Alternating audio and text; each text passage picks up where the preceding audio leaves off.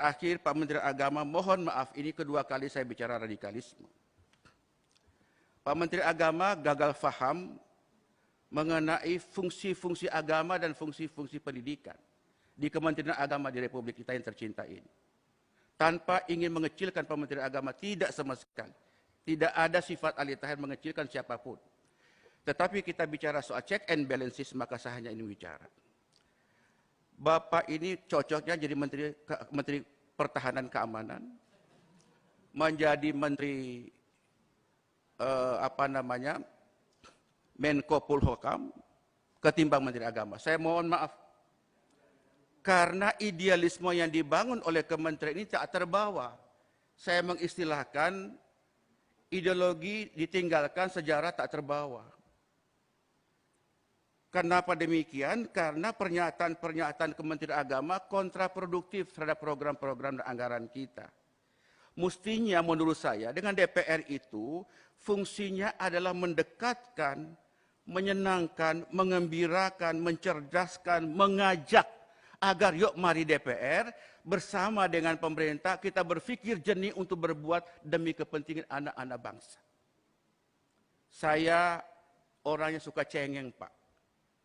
Karena saya orang yang paling jauh di Flores Timur, Nusa Tenggara Timur, daerah sangat-sangat miskin. Saya diasah batin saya untuk bagaimana supaya tetap cinta dengan rakyat. Tapi begitu Pak Menteri mengatakan bahwa para guru ngaji, kemudian para ustadz, itu dicurigai sebagai bentuk-bentuk awal dari radikalisme, perasaan terganggu sebagai seorang yang beragama. Perasaan yang terkoyak, perasaan yang terbunuh keimanan saya, perasaan terganggu seperti gelas yang pecah. Seolah-olah selama ini kita sholat, kita ngaji, kita berbuat sesuatu itu tidak ada arti apa-apa. Wallahi, tadi pagi saya sengaja dalam rapat ini saya membuka surat Al-Qiyamah. Saya menangis, Pak. Allah mengatakan, فَإِذَا قَرَأْنَهُ فَاتَّبِعْ قُرْآنَهُ.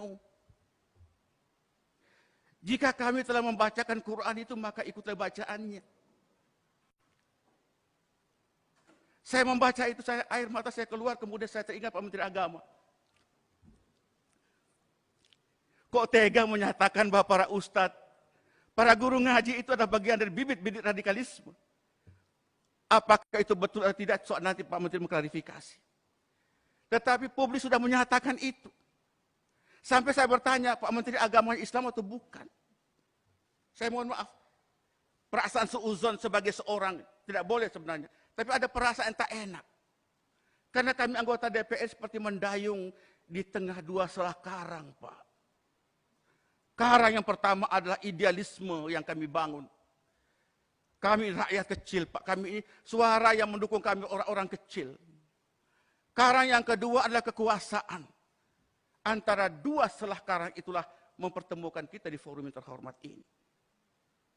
Nah, dengan demikian maka menurut pandangan saya, Pak Menteri Agama, sekali lagi saya mengajak, berhentilah berkata radikalisme.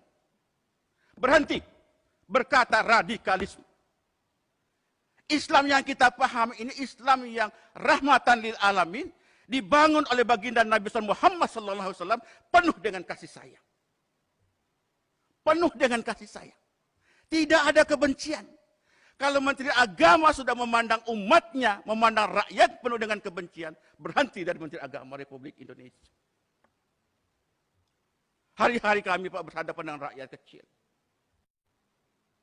Saya hari ini dapat viral lagi, Pak Ali Tahir. Perjuangkan aspirasi kami. Saya bilang aspirasi itu bisa berjalan kalau imamnya tidak batal wudhu. Kalau imamnya sudah batal wudhu, makmum tidak boleh mengimami seorang yang sudah batal wudhu. Referensi-referensi radikalisme itu kan referensi orang luar terhadap umat Islam. Mau Islamofobia, menghardik umat Islam. Dan tolong lihat ini Islam dalam konteks global, bukan dalam konteks Indonesia semata. Nah, oleh karena itu kami merasa sakit, Pak. Luar biasa. Saya baru habis takziah dengan Pak Mali Fajar. almarhum wali, baru sampai. Banyak orang kerubuti saya. Kok bisa begitu Pak Menteri Agama? Saya bilang beliau orang baik Pak. Pak Menteri orang baik. Cuma belum belajar Islam esoteris dan Islam eksoteris.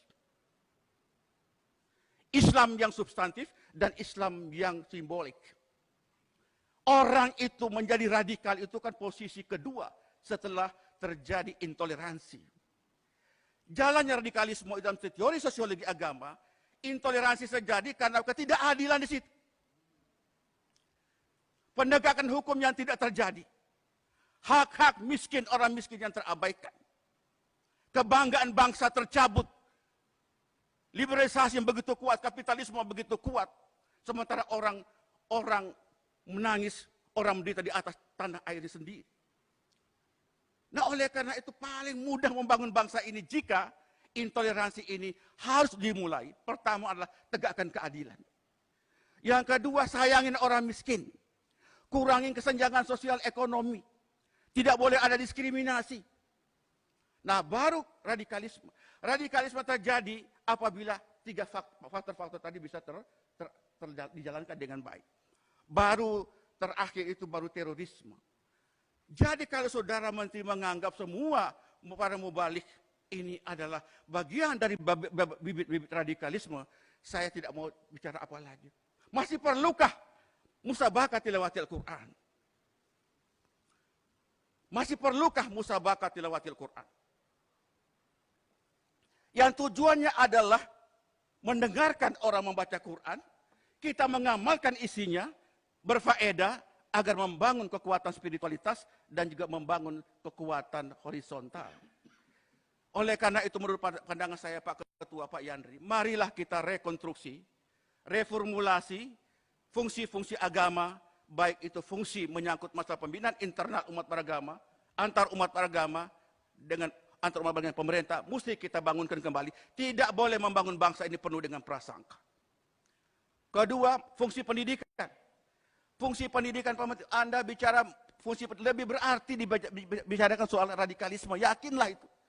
Anda sangat berharga kalau bicara soal fungsi agama dan fungsi pendidikan itu dalam perspektif dakwah, Pak. Kami suka mengalami suka duka berdakwah di lapangan. Suka duka, Pak. Tapi kami tetap berjalan. Nah, oleh karena saya menghimbau Pak Ketua, menurut saya sependapat jika hari ini kita tidak lagi membicarakan anggaran dulu, clearkan dulu anggaran, supaya fokus programnya, money follow function, money follow value, dan money follow macam-macam itu di-clearkan dulu, baru setelah itu kita bicarakan rapat berikutnya, supaya maksud dan tujuan anggaran ini dapat fokus sesuai dengan tujuan anggaran belanja kita.